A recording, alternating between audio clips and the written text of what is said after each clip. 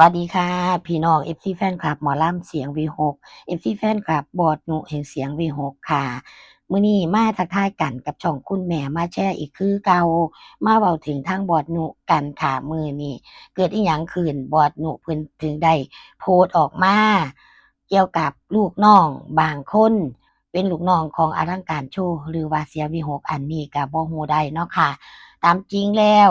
การที่อยู่กับคนหมู่มากหรือว่าเป็นกลุ่มเป็นทีมมีลูกน้องมีหัวหน้าเนาะก็สิมีการตักเตือนกันแหน่อันโน่นอันนี้กันแหน่เป็นเรื่องธรรมดาของหัวหน้าดีเด้ออันนี้บ่ดีเด้อเฮ็ดจั่งซี้เด้อเฮ็ดจั่งซั้นเด้อมันก็เป็นเรื่องปกติที่หัวหน้าเพิ่นสิสั่งงานลูกน้องได้แม่นบ่ค่ะแต่กรณีนี้สิมีปัญหานิดหน่อยคือลูกน้องอาจสิบ่อยากเชื่อฟังปานใดหรือจั่งใดตามที่เราได้อ่านโพสต์ของทางบอสหมู่แห่งเสียงวิหกเนาะค่ะเพิ่นก็ได้โพสต์ออกมาว่าจั่งซี้ค่ะพี่น้องที่ฉันบอกฉันว่าให้ฟีดแบ็กเรื่องงานแล้วมีเอฟเฟกต์แล้วไม่พอใจเว้าพื้นกูโพสต์ผู้ดีเชิงลบใส่กูฟังนะถ้ามันดีแล้วฉันจะบอกจะเตือนทำไมฉันเป็นหัวหน้าถ้าหัวหน้าบอกเรื่องงานไม่ได้ฉันต้องคุยกับพวกคุณเรื่องอะไรหรือไม่ต้องคุยในกลุ่มโพสต์ด่าไปเลยน้ำเต็มแก้วว่าซั่นค่ะอันนี้ผู้ใดที่เป็นคนบ่พอใจทางบอสเพิ่นบอกเพิ่นสอนก็คงสิรู้ตัวดีเนาะค่ะเนาะว่าเพิ่นหมายถึงไผเพิ่นก็บ่ได้ระบุชื่อออกมาคิดว่าเจ้าตัวก็คงสิรู้แม่นบ่ค่ะธรรมดาการที่อยู่ร่วมกันกับคนหมู่มากเนาะค่ะเรื่องการเรื่องงานมันก็ต้องบอกกันได้เป็นเรื่องธรรมดาเนาะค่ะสั้นๆสิว่าหัวหน้าลูกน้องเฮ็ดหยังแม่นบ่ค่ะเท่ากับว่าเพิ่นเป็นนายจ้างเพิ่นก็ต้องบอกลูกจ้างได้ตั้งแต่เพิ่นคิดเรื่องในวงเรื่องโน่นเรื่องนี้บริหารอันนั้นอันนี้เพิ่นก็ปวดหัวพอแรงแล้วค่ะแล้วช่วงนี้ก็มีทั้ง2วงเลยนะคะให้ดูแลบางสิ่งบางอย่างก็อาจสิเฮ็ดให้เครียดได้คิดหลายได้คือกันเนาะค่ะหลายสิ่งหลายอย่างเพิ่นก็อยากให้ออกมาดีที่สุดเพิ่นก็ได้บอกกล่าวตักเตือนลูกน้องนั่นล่ะค่ะว่าเฮ็ดจั่งซี้เด้อจั่งสิดีเฮ็ดจั่งซั้นเด้อจั่งสิดีอันนี้เป็นเรื่องธรรมดาของหัวหน้าที่สิมีการบอกลูกน้องกันเนาะค่ะหลายๆคนก็คงสิเข้าใจเนาะหลังจากทางบอสหมู่ได้โพสต์ออกมามีข้อความว่าจั่งซั้น FC แฟนคลับก็เข้ามาคอมเมนต์ให้กำลังใจกันหลายนะคะหนึ่งในนั้นก็มีลุงโต่งนำเนาะค่ะลุงโต่งก็บอกว่ากำลังใจครับบอสว่าซั่นนะคะบางคนก็บอกว่าฮักบอสเด้อครับอันนี้คือลูกน้องเนาะค่ะบางท่านก็บอกว่ากำลังใจนะคะเป็นกำลังใจให้ค่ะคุณย่านุเป็นกำลังใจให้ลูกๆทีมงานหมอลำเสียง V6 บอสนกพงศกรกับย่านุตัวจริงเต้นเวทีตาฮักดูอยู่กระบินบุรีว่าซั่นนะคะอันนี้เป็น FC แฟนคลับอยู่กระบินบุรีเนาะค่ะบางท่านก็บอกว่าเขาบอกอยากเติบโตในการงานก็ปล่อยเขาไปเขาไม่กระตือรือร้นก็สร้างเขาค่ะย่านุว่าซั่นค่ะบางท่านก็บอกว่ากำลังใจค่ะบอสบางท่านก็บอกว่าเป็นลูกน้องกับหัวหน้าพูดบอกไม่ได้ก็ไปเปิดวงเป็นหัวหน้าเองซะนางเอ้ยอันนี้คงสิรู้จักเนาะค่ะว่าไผเป็นคนโพสต์ออกมานะคะอีกท่านหนึ่งก็บอกว่าเนี่ยเยี่ยมเป็นหัวหน้าต้องมีสิทธิ์บอกสุดยอด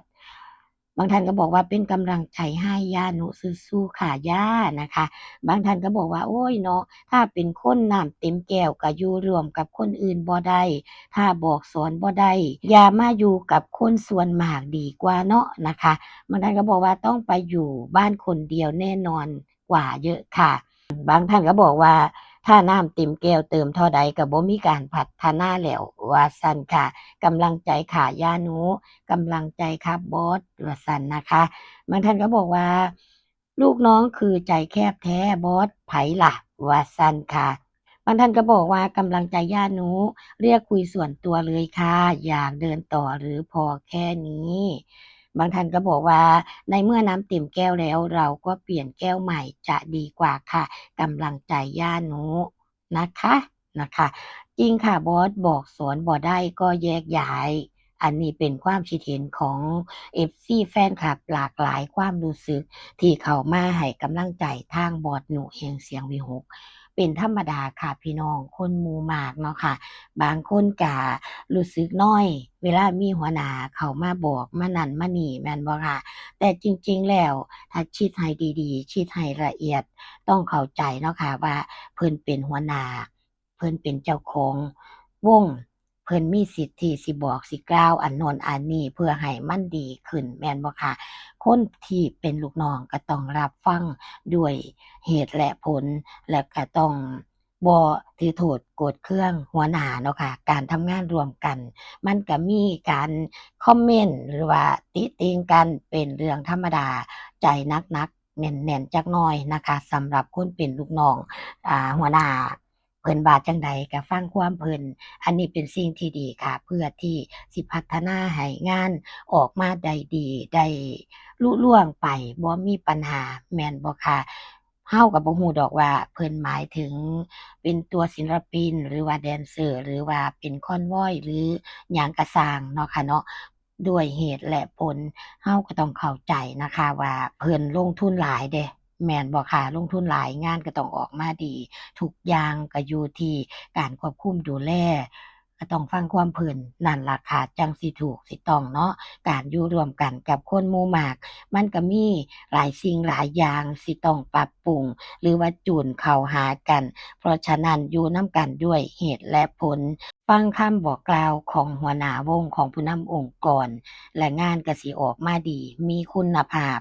FC แฟนคลับที่ไปชมผลงานด้านหน้าเวที สิได้ความประทับใจสิบ่มีขาดตกบกพร่องบ่ว่าสิหน้าที่ใดก็ตามเนาะค่ะทางหัวหน้าเพิ่นมีการตักเตือนหรือว่าติติงเพื่อให้ได้แก้ไขอันนั้นเป็นดีค่ะถ้าบ่ติติงกันเลยบ่ว่าหยังเลยก็สิมีการหละหลวมหรือละเลยแล้วงานก็สิออกมาบ่ดีเท่าที่ควรเฮาอยู่วงใดแล้วเฮาก็ทำงานให้มีความสุขมุ่งมั่นพัฒนาตัวเองให้ดี ขึ้นไปเรื่อยๆ คลิปนี้มาอัปเดตข่าวๆเรื่องราวของทางบอสโนกับพี่กับน้องกันแต่เพียงเท่านี้ค่ะ ขอบคุณทุกกำลังใจ ขอบคุณทุกการกดไลค์กดแชร์ทุกการติดตาม ขอบคุณทุกคอมเมนต์ดีๆนำค่ะ สวัสดีจ้า